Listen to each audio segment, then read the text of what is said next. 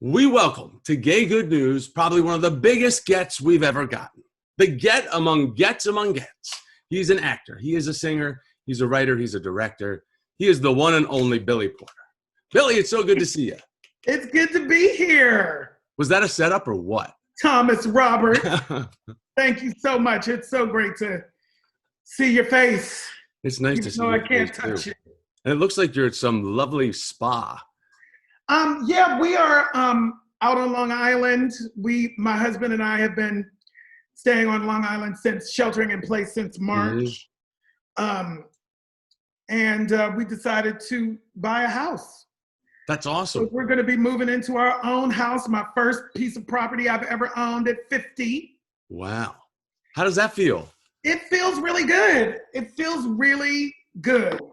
I'm trying to sort of find the space for joy, as well as all the other things that are happening inside of me right now. So that is a happy place for me. It's a very happy place. But so isolation kind of gave you the itch for elbow room and a little bit of green space? Well, yeah, I mean, we've had the itch for elbow room, and we've been trying to find a house for like 4 years. It's just a matter of like, when can you search for it? Right. Yeah, it's a job. When is the money really in place for it? You know, this is the first time that the actual money was actually in place where we could make it happen. And we wanted to make sure we didn't rush. This community out here where we are is very progressive, even though Long Island as a whole is not very progressive. This sort of hamlet of a community that we found really is. You know, it's secluded, it's out of the fray, which I think is what I really need. You know, the last couple of years for me has been really interesting because being a working actor, it's intense. Yeah, intense. You're nonstop. Yeah, and I've been a working actor for 30 plus years. The last 2 years I've become a celebrity. That's different. You know, and sort of understanding that and understanding what that means. What does that mean to you? Explain that divide. Well, the fact that I can't ride the subway anymore without constant acknowledgement. I don't want it to sound in any way negative. This is not a negative thing at all. A byproduct of being successful in this industry sometimes means that you lose your anonymity. Right. Yeah, so you the make loss, some sacrifices. Yeah. So the loss of anonymity is something that can't be ignored and must be dealt with in one's everyday, in one's day-to-day life. It's about the protection of oneself. It's about the protection and privacy of one's family as well. And you know, I just still feel like a gypsy. Right. You know, and I'm not. From a professional perspective though, does it mean the jobs come in, the better jobs come in? Better work. I'm working. Yeah. I'm working through this whole quarantine. The jobs are different as a result of as a result of you know, my recent successes. I actually tell a story about a TV show that I was offered last week, and you know, it's a wonderful pitch, and you know, it's about a blended family and a LGBTQ marriage and blah blah blah blah blah. And I read the pitch and I read the characters and the outline for the season and all this stuff, and you know, I missed the part in the email where they told me what role that they wanted me to play. And so I called my agent and I said, well, what role are they interested in me for? And he said, Matt. You know, and Matt is the lead. Matt is number one on the call sheet. You know, it's interesting to me that I still, in this moment that I'm in, it never occurred to me that they were interested in me for Matt. Yeah. For the lead, for the leading man, because up until this moment, it's never been that. Yeah. You know, so my natural sort of response is, you want me to play some side character that's going to be funny and be somebody's best friend and be supportive of the lead. And that is shifting even inside of this new paradigm for me. So that part is great. Yeah, because other people see that. You know, it's so interesting to think. You know, when we look at how we think about ourselves, how we view ourselves. You know, do you think it's going to take you a minute to view yourself that way? I mean, you got it. We know you've got it. I am coming out your ears. You've got it. Yeah, I'm slowly. You know, the thing about it is this whole leading man thing, which I know you understand because, you know, you have leading man looks. You know, I am Black. I am gay. I am, you know, I was not considered masculine enough to be a leading man. So it's a new space to vibrate in for me. Yeah. And I'm trying to embrace it. I'm trying to lean into it. I'm trying to. You better lean into it. You I know, right? Your way every which way through it. And you know, for the Pride edition of the Hollywood Reporter, you were among the power brokers for that, and listed in there. So, is it also a good sign that you're getting scripts like this? That there are characters that are being created in content and stories that have representation where we've never seen representation before? Yeah, I mean, that's the whole point. You know, 20 years ago or so, I was watching Oprah, as we were all wont to do at that time, the world's, you know, therapist. A simpler time. Yeah, and she had Maya Angelou on and Ayanna Van Sant. You know, my Black ladies were talking about service. They were talking about service, and they said, you know, when you shift your intention from ego to service, everything will work itself out. And I asked myself that question, that moment, you know, how can I be of service in a world, in an industry that's inherently narcissistic? And it hit me like a ton of bricks. You know, the very thing that everyone around you is telling you is your liability is your service. Your queerness is your service. Leaning into your Black sissy self will be your service. Yep. This was 20 years ago. This was over 20 years ago. There was no template for me.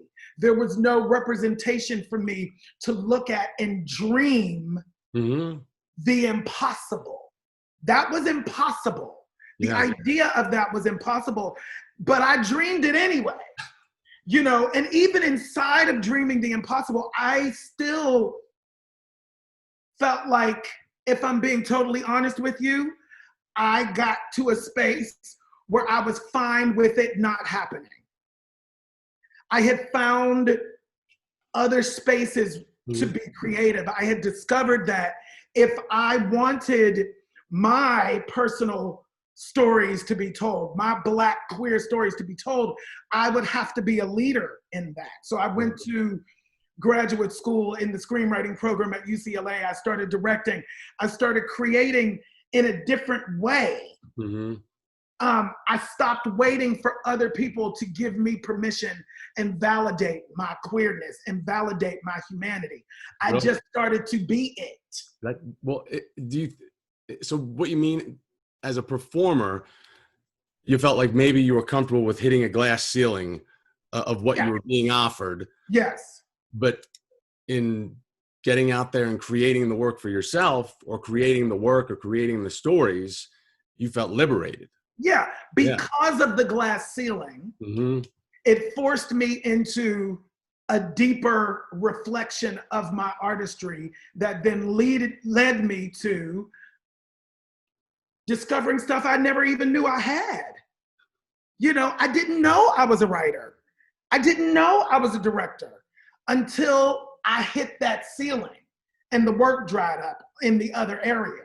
Yeah. You know, so that I was able to enlarge my territory as a result. Yeah. You're diversified. You're diversified. Yeah. And invested in yourself. Yes. And betting on yourself, which is the smartest bet, you know, you can make. And I love that about leaning in. And you know, welcome to Gay Good News. You Yes. know, I'm leaning in, baby. Lean in. Yeah, I'm leaning in. And yeah. I've never had more fun. And it's beautiful to see. I have to say, it's beautiful to see. Thanks. So with Pose, do you think that that is the role that put you on the map for most everybody? Now, meanwhile, you know, there's a lot of other people that have, you know, known your brilliant work for a long time. But do you think Pose did it? Yeah, I think Pose is the growth of all the seeds that had been planted for all of these years.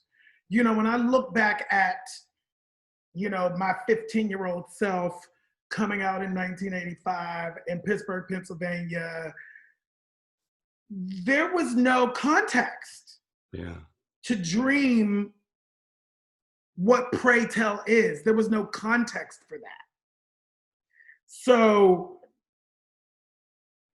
I am so grateful that I lived long enough to see this day where the dreaming of the impossible came true. I didn't even know what I was dreaming for. Yeah. I didn't know that it was Pray Tell. You just knew it didn't exist. I just knew it didn't exist, and I just had to sit inside of this space that didn't exist and hope for the best. You know, I just, you know, it's like I can't be something that I'm not. So however that plays out ultimately is exactly where I'm supposed to be, you know, and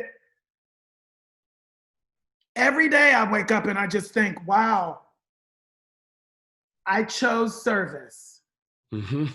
And look at God, look at the universe, look at whatever it is that you choose to, whatever you feel, whoever you are spiritually. It's like, I look around and I'm just like, it's wondrous, really.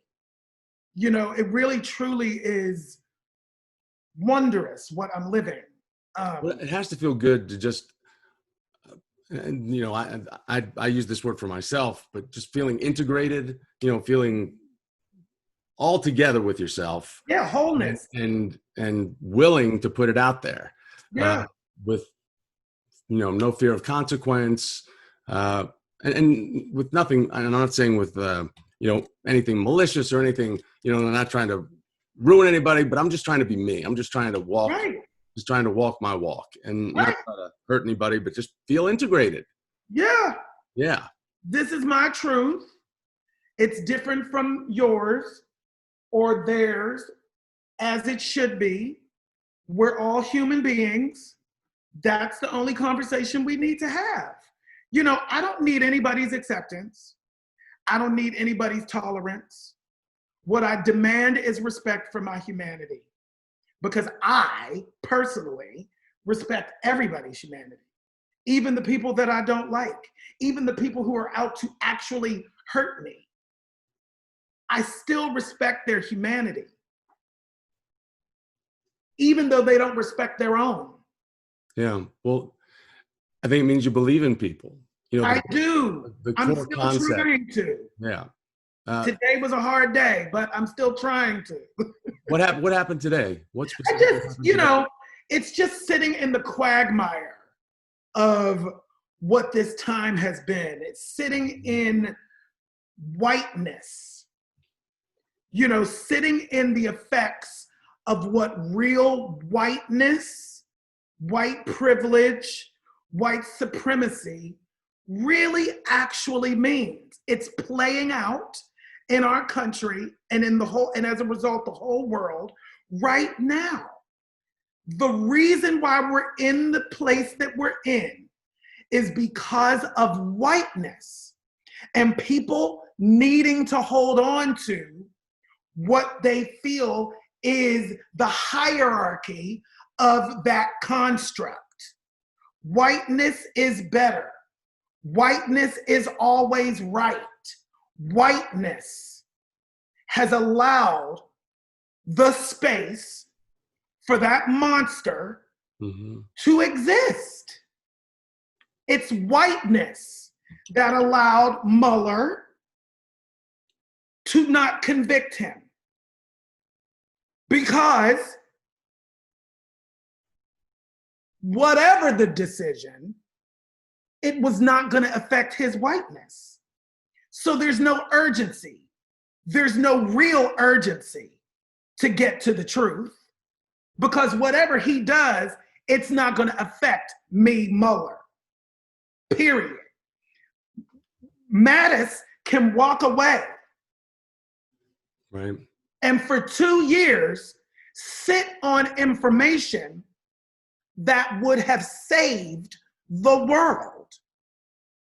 But instead, his whiteness, his privilege, allowed for him in some space in his mind and his body to know that I can actually exit and never have to worry about it. Mm-hmm. I don't have to say a word because whatever he's doing does not affect me and will not affect me. The same thing with Bolton, the same thing with the Senate, the same thing with every single human being that has co-signed on this monster, who has co-signed on this cancer that has now metastasized in a way that nobody expected. So what do we do? I don't know, but it has metastasized. And now the white people are affected. Well, I've been saying the only way to deal with the white issue is white people calling out white people. Correct. And taking it head on, because our black brothers and sisters, they've been talking about it long enough. I'm tired. Yeah, it's my whole life. It's got to be white people calling out other white people, and it's also got to be allowing for elected, leaders to be people of color and to make policies that affect people of color, and to allow those policies to mature so that people of color can actually benefit from those policies, as opposed to having a person of color come in and then elect a white guy that's just going to come in and erase all that. But I digress. So, some days I'm happy. Right. And some days it's that. Some days you're like, you're really going to stand up in front of the world and say that in 6 weeks, if people don't open schools, you're going to take funding away from them. So you, white people running our country, who have confused everybody and politicized the way that we are supposed to act so that we can heal.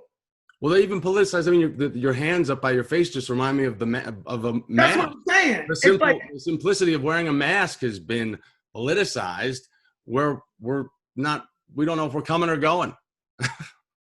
But you're healthy, Trump. You don't have it.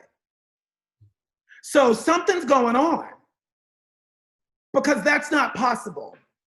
If he was actually really living what he's espousing to his fans, he would be ill, like Boris Johnson was ill. Mm-hmm. Like the president of Brazil. He would be ill if he was actually doing what he's telling everybody else to do. The motherfucker would be sick.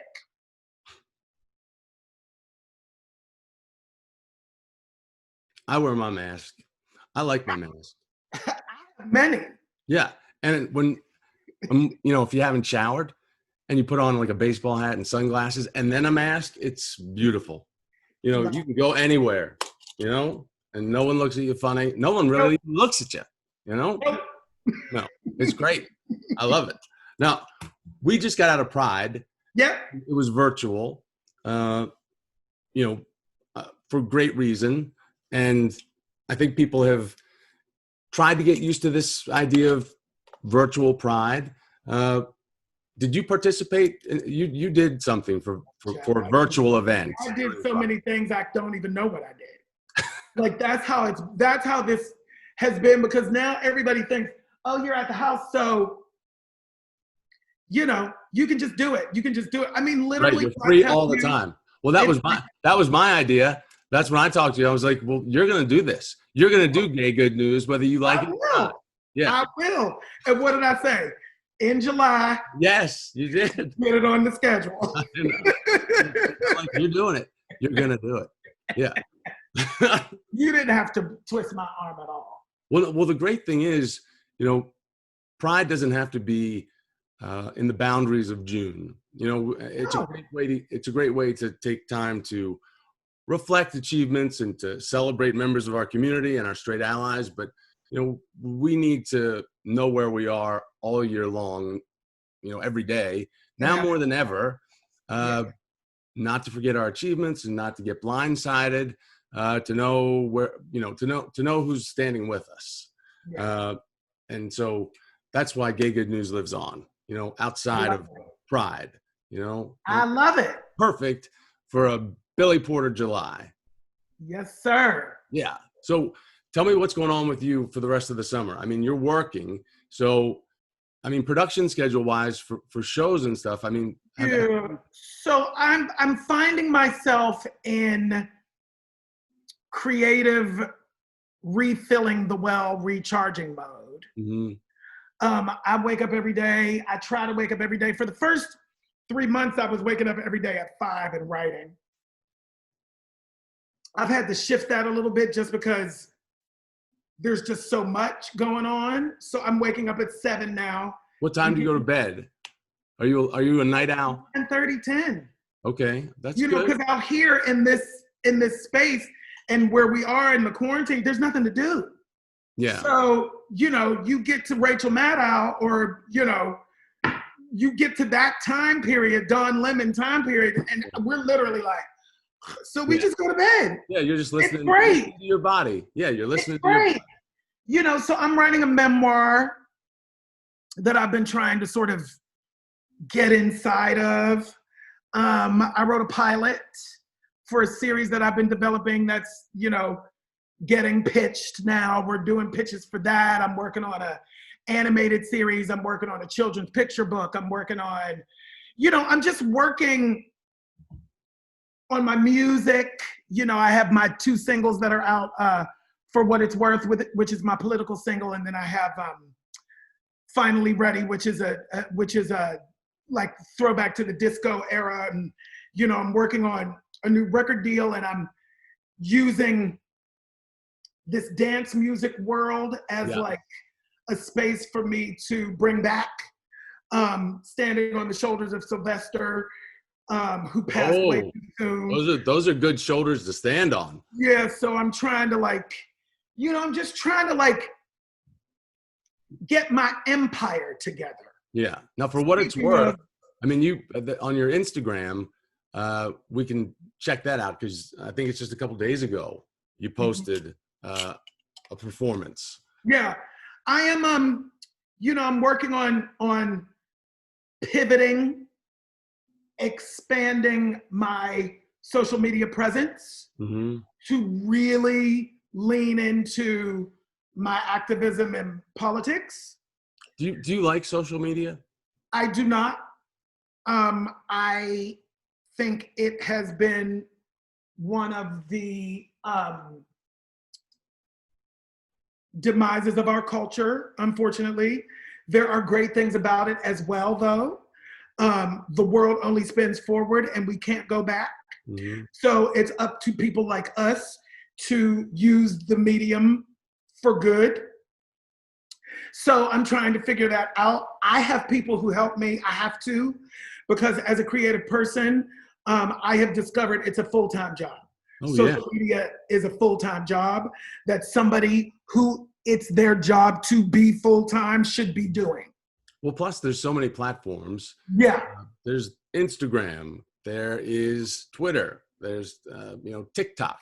There's YouTube, Pinterest. There's everything. But TikTok, have you gotten into TikTok? No. No? Okay, good. But I have to eventually. And I'm in the process of getting a team together to sort of strategize what my next. Isn't that crazy? That's just crazy to me. Because one, TikTok, I'm afraid of it because everybody looks really good. Like they're doing good dance moves and they're doing all this great stuff. And then it's 15 seconds, but it probably took 4 hours to put it together. I don't have 4 hours to do that, and I can't dance anyway. You can dance. I was just talking to I was just talking to a company and they were like, there's bi-monthly social media content days. And it's right, it's a part of what we are now. Yeah. So those of us who grew up without it have to figure out how to integrate that into the schedule, because we will be obsolete if we don't. We have to, yeah, you got to feed it. Grow and move and, so I'm open to it, but I'm also open to paying the people who know how to do it to help me. Right. Because I don't, Yeah, we're like sharks. I mean, sharks got to keep moving forward. They got to keep swimming, because if they're not, they die. But, I don't mind riding, somebody else's, a little. Teach me, show me, help me. Push me along, other shark. Yeah. Because it's a lot. It really is. And especially if, you're devoting more time to writing and you're devoting more time, to. I got to work. I got to be creative. This is more on the, what I've discovered is it's more on the line of publicist. Yeah. Agent, manager, right. business manager, social media, coordinator, stylist. That's what it is. That it's one of those line items that need to be addressed. But the great thing is that, and what you're recognized is, not only do you have the power to entertain, but you have the power to inform. Yes. And so are you trying to streamline that or strategize a little more? Yeah, strategizing. Just, it's the fashion thing exploded. And while I was going for it, it exploded in a way that was beyond anything I could have ever dreamed. So for a couple of years, it was I was this, that image of Indiana Jones, with the boulder behind him. And he's just right, on the run. Just trying to outrun the boulder. It was the boulder is filled with fantastic things, but if it runs over me, I still die. Right. I still go like that hat with the thing, and I go and comes back. Whose idea was that hat? That was my stylist, Sam Rattel, at the time. Yeah. And how is that made? Child, Sarah Sokol, who's the hat maker, made it. That's not my. But did it have a magic button? How'd you make it do that? It did have a button. It had a motor and it had a button. And did it make you nervous at all? Did you worry that the button, if you clicked it, it wouldn't work? No, we practiced. Okay. And if it didn't work, I would have just said it doesn't work, and I would have just kept it closed. Right. But we worked, a while on it, and it was only for the shot, and then I took it off. What is the most extreme thing you've worn for fashion, or in your opinion, the most outlandish, craziest thing you've ever done? There are so many of them at this point that I don't remember, but I think the most outlandish was the first, because it was the thing that changed the conversation. It was the thing that changed my life. That first Oscar dress was the first. I didn't really realize it was the first, but it was the first. So it was the most outlandish because it was the thing that got everybody's attention. Yeah. Do you have a favorite though that sticks out? That's my favorite. That's your favorite? That's my favorite. The Oscar dress is my favorite because A, it started everything. B, it was in my head. That was my image. That was my idea. That was my idea for years. Before it even happened, I was speaking that in jest with friends of mine when we would watch the Oscars. I spoke of it in jest about wearing a ball gown to the Oscars. It was a joke, and then it wasn't. Right. It's your reality. It was the Oscar dress that changed the world. Like, I had no idea that it was going to be that. So with that, the social media was built on that. Obviously. And of course, it was built on what people were paying attention to at the time. It changed everything for me. It gave me a social media presence. It gave me, it just did everything. And I'm so grateful to, Sam Rattel and Ryan Rattel and Triple R Creative for, working with me. Well, the great thing is, it's genuine. It's organic. It's not like a plotted thing. Yeah. I think, it makes it feel good. Yeah.